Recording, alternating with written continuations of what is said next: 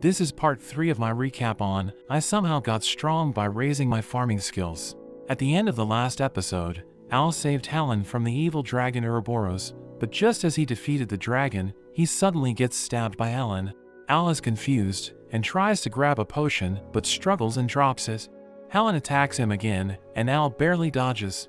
Al tries to ask her what's going on, but Helen charges to finish him off. But suddenly a wing gets in the way. The holy dragon, Mirage, appears and reveals that Helen is being possessed by the evil dragon. The holy dragon heals Al and lends him his powers, but ends up collapsing as a result. He tells Al that he has given him the power to purify the black dragon and save Helen. The evil dragon laughs, thinking Al wouldn't risk hurting Helen's body, but Al instantly punches him. The dragon is shocked, and Al can see in Helen's eyes that she wants him to stop her. Helen seems to return to herself, but as Al helps her up, she grabs him, and the evil dragon's soul bursts out and dives into Al, trying to possess him. He declares his victory, but there is a problem. Inside Al's heart, there is only farming. He is shocked that there is nothing besides growing and harvesting crops. There is nothing he is able to corrupt, and he is rejected from Al's body.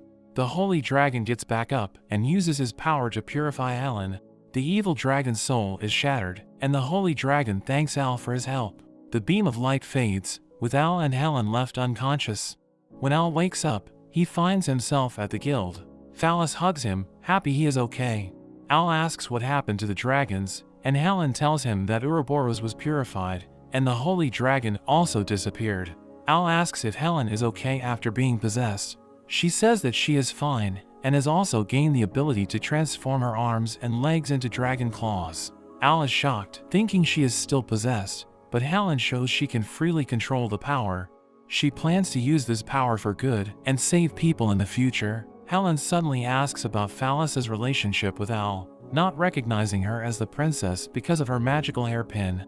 Al gets a bit worried, and Phallus says that they are childhood friends. The guildmaster bursts in, along with Jake and his friends. They are glad that Helen is okay, and amazed that Al defeated the evil dragon. They wonder how the palace will reward Al for defeating the dragon, and Phallus swears there will be a huge reward, almost accidentally revealing her identity. They have a party to celebrate Al's victory. Luke teases Al for not drinking with them, but Phallus can read his mind, knowing that Al is thinking about harvesting his potatoes in the morning, and tells him he should relax. Helen shows off her new power to everyone, and they enjoy their night. The next morning, Testa helps Al with his harvest. He is amazed that Al can manage 2 separate farms. Suddenly Rix the mailman comes running by and delivers a letter to Al. It's a letter from his father, telling him they haven't seen him in a while and should visit them. Al is conflicted because he is busy with too many quests from the guild. Back in the capital, Al walks by a tomato stand. He is amazed by its shape and color. When he takes a bite, he is shocked, finding it to be delicious. He demands to know who produced it and learns that they are from a farm from a town called Lalugas. The shopkeeper tells him their secret is that they use a special fertilizer. Al dashes off, arriving at the guild. He tells Helen he needs to take time off from the guild, which causes her to panic. But Al says he needs to go to Lalugas to visit his family and check out those tomatoes. He asks if some other adventurers could cover for his quests, and Helen tells him that she can cover for him, revealing that she has also become an adventurer thanks to her powers. Outside the guild, he runs into Phallus. She wants to accompany Al on a quest, but he tells her about his plan to visit his parents. She gets excited and decides to tag along, wanting to meet and thank his parents. Al fails to deter her and just quickly runs away. Al walks through the jungle, getting excited as he thinks about the tomatoes. Suddenly an orc appears, but it appears to be friendly. Al remembers that male orcs are friendly toward guys, but it turns out it wants to bone. Al runs for it, but gets caught, and the orc tries to have its way with him. But the orc is defeated, and Al meets a young girl with blue hair. Al is traumatized from the encounter, and explains this is the second time he's been attacked by an orc. The girl tells him that the forest is dangerous, but Al tells her he is also an adventurer. The girl introduces herself as Ruri, and they find out they are both heading to Lalugas. They decide to travel together, but Al worries if it is okay for her to travel with a man, since they will need to spend a night in the wild together. Ruri jokes about cutting off his head if he tries anything, but says she is not worried because she isn't cute, but Al says that she is cute, and she is flattered. They continue on their way, and suddenly they sense danger. but it's actually just Rix, who delivers another letter to Al. It's a letter from his mother, and Al reveals to Ruri that he has actually been getting a ton of them, so that's why he is going there to visit his parents. But really he is going to find the special fertilizer. He then goes on to rant about tomatoes, and Ruri gets a headache. Al asks Ruri about her family, wondering if they were worried about her being an adventurer all alone, but Ruri says no one will worry about her. Ruri changes the subject and decides they should set up camp. She pulls a tent out of her bag, and Al is amazed she can fit so much into such a small bag. Al wants to know more about the bag, and Ruri tells him it is an heirloom left by her ancestor. Al wonders who her ancestor is, but suddenly his stomach growls and they stop to make some food. Al is amazed by Ruri's cooking and praises her for her use of ingredients. He then asks her why she is headed to Lelugus. She reveals she is going for training. She has heard rumors of demons appearing, so she is going to investigate. Al wonders why she is doing something so dangerous, and she reveals she is actually the descendant of the great hero that killed the Demon King.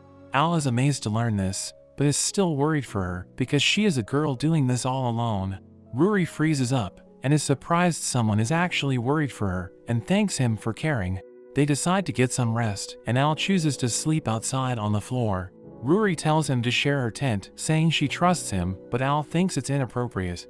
Ruri mentions there might be more orcs, and Al quickly changes his mind. Al is surprised that Ruri has 2 sets of sheets. She tells him that it's her dream to have a friend chat with her until they fall asleep. Al decides to help fulfill her dream, but she ends up falling asleep right away. In her sleep, Ruri attacks Al, and he has a troubling night. In the morning, they reach Lelugus, and Ruri wonders how Al became injured. Al plays it off, and they enter the town. They say their farewells, but Ruri tells him that she enjoyed traveling with him and wants to join him again. Al tells her to be his escort for when he goes back to the capital, and she happily agrees. She draws him a map and tells him to find her when he is ready to go back. Ruri asks around about the demons, but nobody has heard anything. Suddenly she hears a scream, and there's a girl that claims her sister was abducted by a demon. She tells Ruri that her sister was taken into the Phantom's forest, and Ruri quickly goes to look for her, but there's a man that watches from a distance.